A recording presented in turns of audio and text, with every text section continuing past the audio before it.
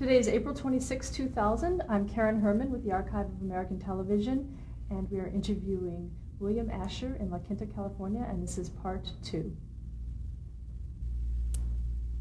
When we left off last time, that I'd like to go back and cover a few other parts of your career that we didn't really talk about on the first part. The first is your first film. Yeah.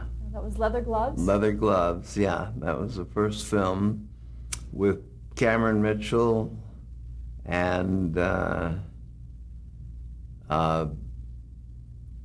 Virginia Gray was in it? Virginia Gray and Blake Edwards when he was an actor. And that was his last film. I deserve credit for his becoming a director. In what way? Well, after this picture became a director. Did you teach him anything? No. Did he want to know about directing? Or No. Did you know that he was interested in it at the time? Yeah, but I didn't really teach him anything. He was also a writer. And he wrote Richard Diamond for radio. And he named one of the cops on the show Asher for me. What studio was Leather Gloves made for? Columbia. Why wasn't it made at Universal where you had done your other ones? I didn't do any films at Universal. Did you work with Harry Cohn at all? Oh, with Harry Cohn, yeah. Well, that was Columbia. Can you describe him? I worked very well. He was a very tough guy, but I got along with him great. I really did. After we did Leather Gloves there, he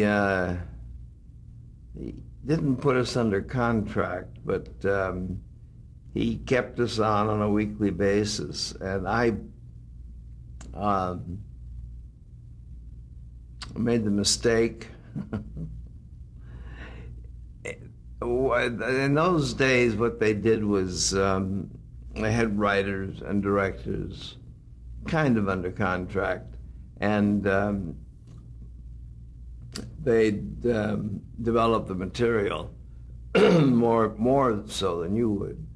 There weren't very many originals being done then. But anyway, he was, and then they'd send the material to the directors and the writers, in this case, director, and assign you to the picture. And I was assigned to do a film called Ladies of the Chorus, and he had the cast, the lead, already worked out, which was, well, I'll tell you, he had tests of her, and he showed me the tests, and she was terrible. I mean, she was really bad, and I didn't want to do anything with her. I just thought she was awful, and I told him that, and the next, he said, oh, it's okay, fine. And the next thing I knew, I was out of the studio. And who was the actress? Marilyn Monroe. And as she did that picture for him, and then he let her go. And she went back to Fox. She had been at Fox, and she went back there. And that's where she finally started to roll.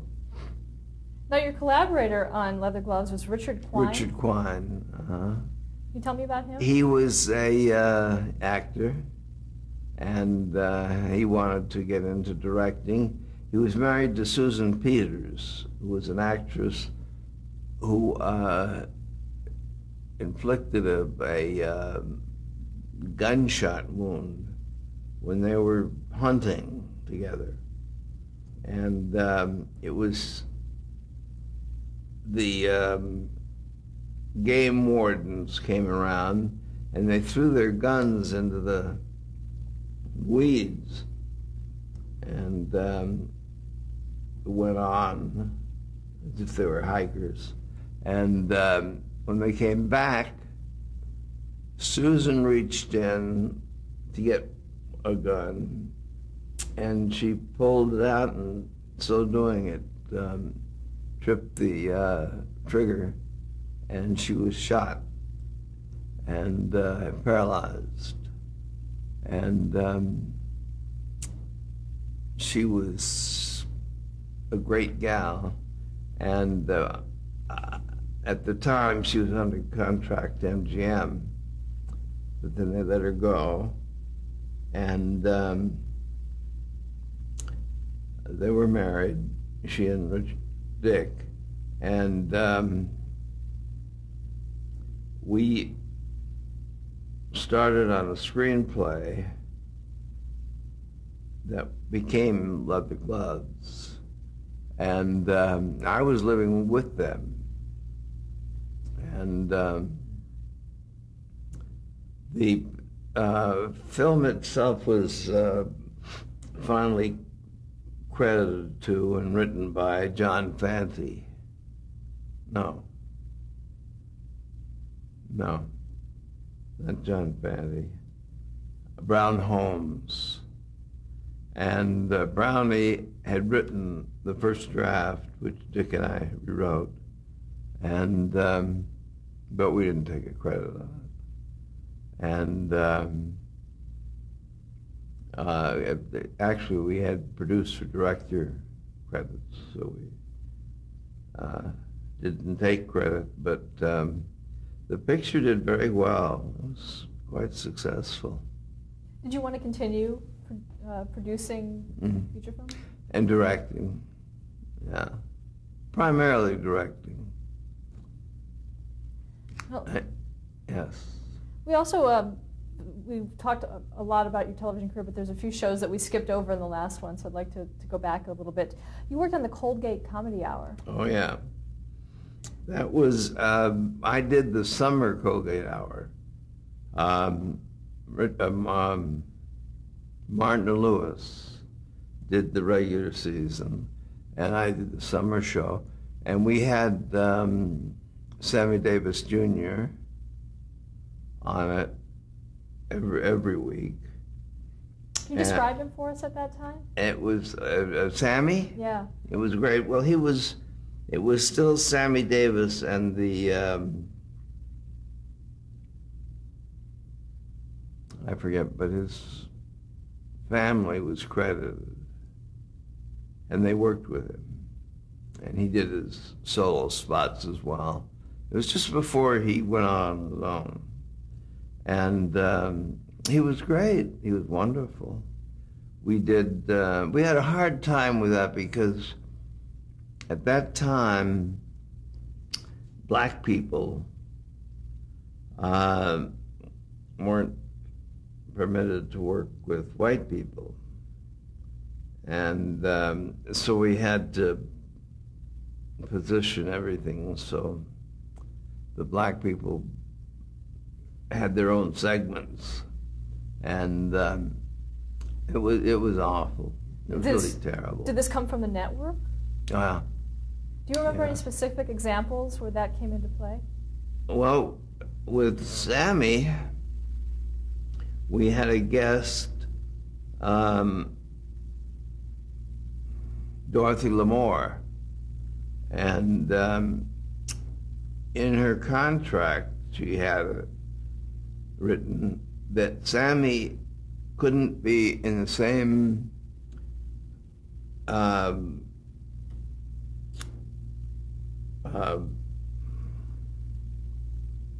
advertising periods, commercials. There had to be a commercial, Sammy, and then a commercial, and then Dorothy Lamour, which was a real pain. Let's stop there for a moment. Were there any other instances like that that you can remember? Well, in Well, in that particular show, we had a problem with the dancers. We had to use black dancers. And then, actually, we couldn't find any. There was no work for them. And we couldn't find any. We were doing Birth of the Blues. And in that number, it was a big dance number. And we couldn't find black people. There just weren't any really good dancers. And so we used our regular dancers, white girls, and painted them black.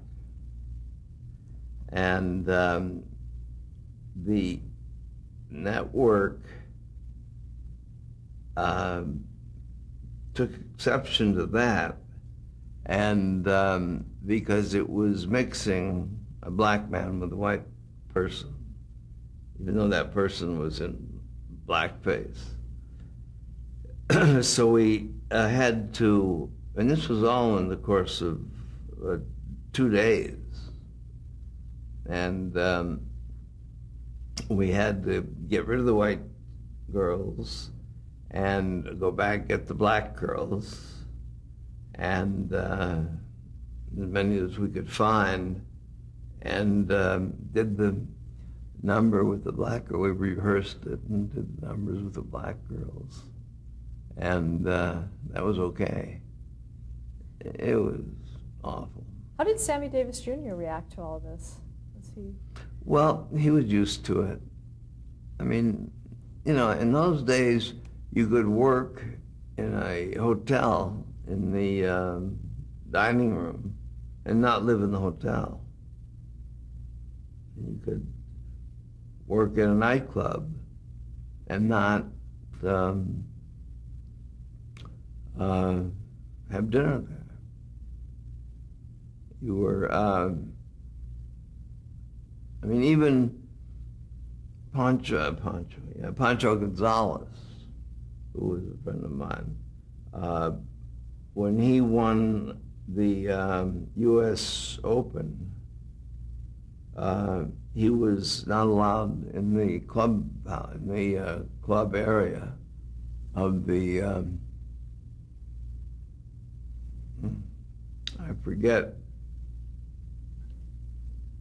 I forget now what the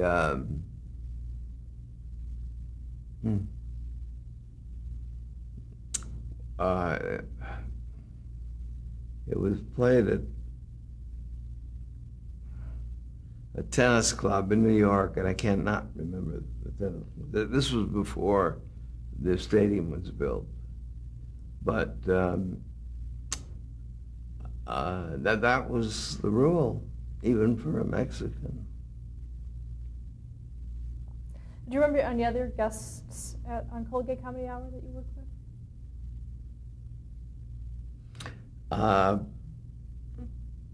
Buster Keaton. I had him on regularly, and I loved Buster Keaton. He was wonderful. And oh gosh, I don't remember the guests. I really don't. Okay, let's move on. You also worked on the series The Danny Thomas Show. Yeah. That was a Desilu production.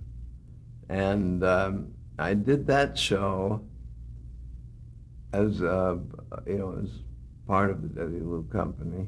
And in order to work that out, I would direct the pilot and the first 10 shows. And when I did the pilot, after I did the pilot, we had Sheldon Leonard on as an actor. He played Danny's masseur. And he went to Danny, and he came to me and wanted to be a director. And so in the next 10 shows that I did before I went back to Lucy were, I spent educating him in all of the aspects of it. And when I left, he took it over. Do you remember what the most important thing you stressed to him about directing was? Well, a director is a person who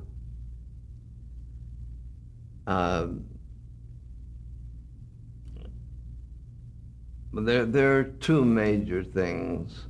One, he has to be the caretaker of the actor, and he has to submit to the actor's character, whatever that is, and mix it with the character that he's playing. And that was important, because many things, you're right, an actor can't say or doesn't say comfortably, and you have to change those things. And the other is that he's constantly talking, or listening. And from the moment he arrives on the set, he is either talking or listening. And I took him through that whole process. And that's about all you can tell a director, really. And he turned out to be very good. Talk about directing Danny Thomas. It was wonderful. I had one moment with Danny in which he started directing, telling people how to say lines,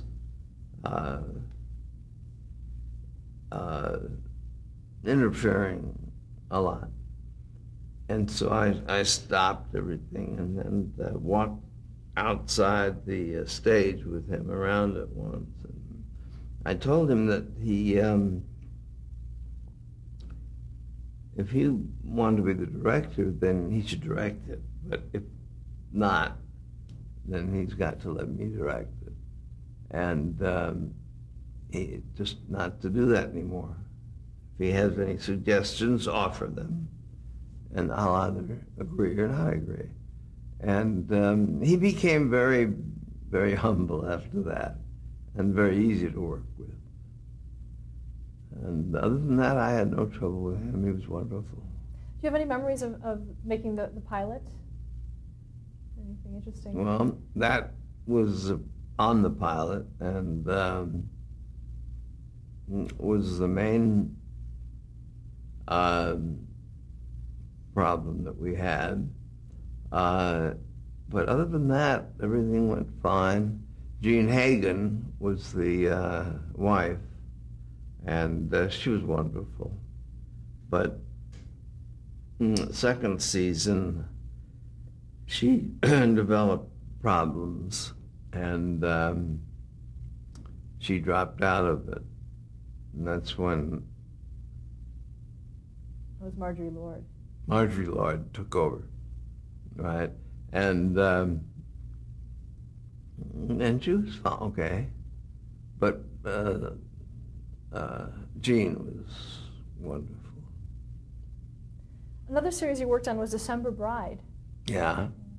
Now that was December Bride was a show that I did as a producer with my assistant, Jerry Thorpe, directing. And I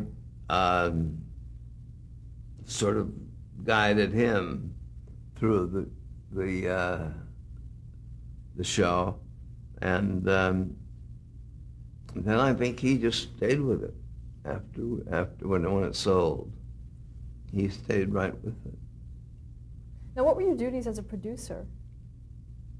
What was I doing? Yeah, your duties. What would compared to? Well, the producer is pretty much responsible for everything that goes on: the casting, the writing,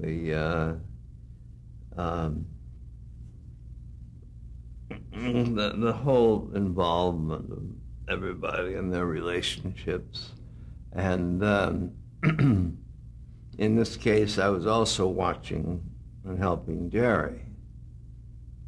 This was his first effort. And that was successful. And, you had mentioned Sheldon Leonard, hadn't you, as being a part of that? Of December Bride? Yeah, no, okay. Because he wasn't. Okay, and another show, this is post-Lucy now. You worked on Fireside Theater. Yes. Fireside Theater became the Jane Wyman show, which later was titled, it was called Jane Wyman's Fireside Theater. And then the Fireside Theater was dropped in the second season, and it went on to be the Jane Wyman Theater. That was an anthology in which she introduced each story we told, and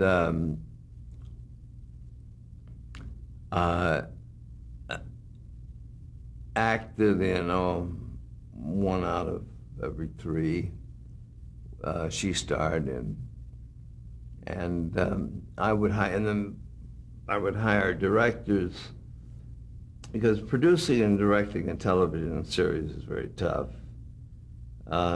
If you're involved in the writing as much as I was, so I would have to take time off to pay attention to the writing, and then get ahead a little bit, and then go back and direct. One of the directors I had was Don Weiss, who won a Emmy for his effort, and which was great. And I had other directors, but I don't remember now who they were. One of the writers you worked with was Rod Serling. Yes. On The Director episode. Yeah, that script I bought, and what had happened is someone in New York had bought a group of scripts, I guess, that had been prepared for a series that was canceled, and he sent them to me. I read them all, and one of them was, one or two of them were very good, and I bought it. And it was called The Director. I didn't know Rod Serling at the time. I didn't know who he was. And Jack Carson played the lead, and that was a very good show. Now, did you speak with Serling regarding the script? What? Did you talk with Serling regarding the script? No. Did you make edits to it, or was it pretty well? It was very well written. It was very well written. I made changes, but minor things. Another show you did was Holiday in Autumn with Jane Wyman and Fay Wray. Yeah. Yeah, that was part of the... That was part of the Jane Wyman Theater, which was earlier the Jane Wyman show. And that was just a matter of casting. And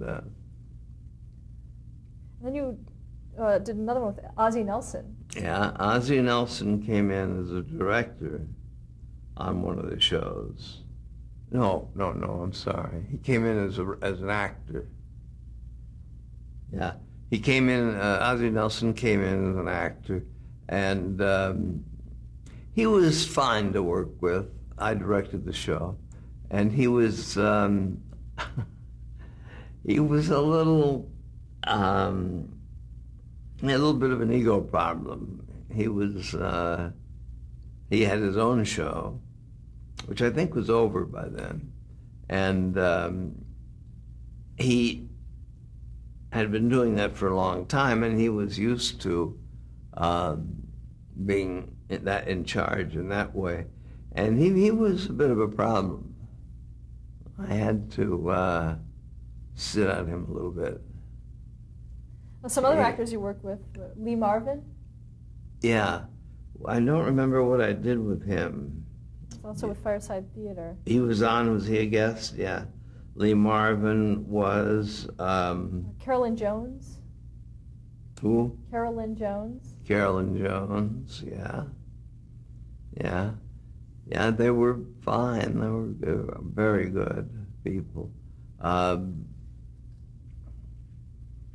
Another...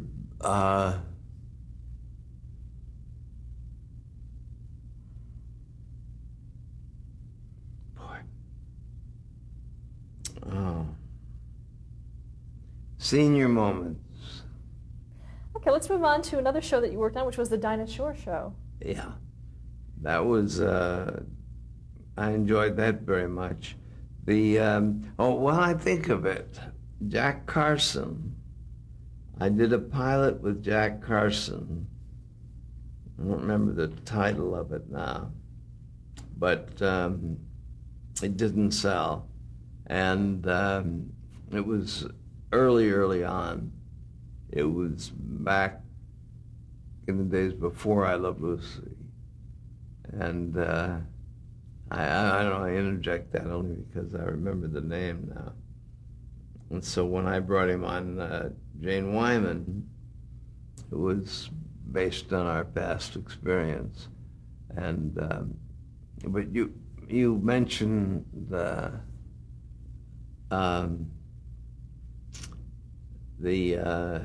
what was it?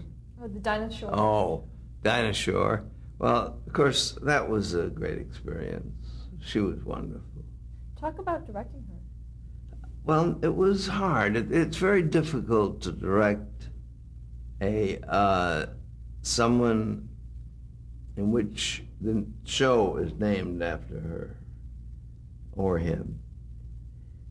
It's very difficult because they're really playing themselves, and when they say, I wouldn't say that, they're saying, I wouldn't say that.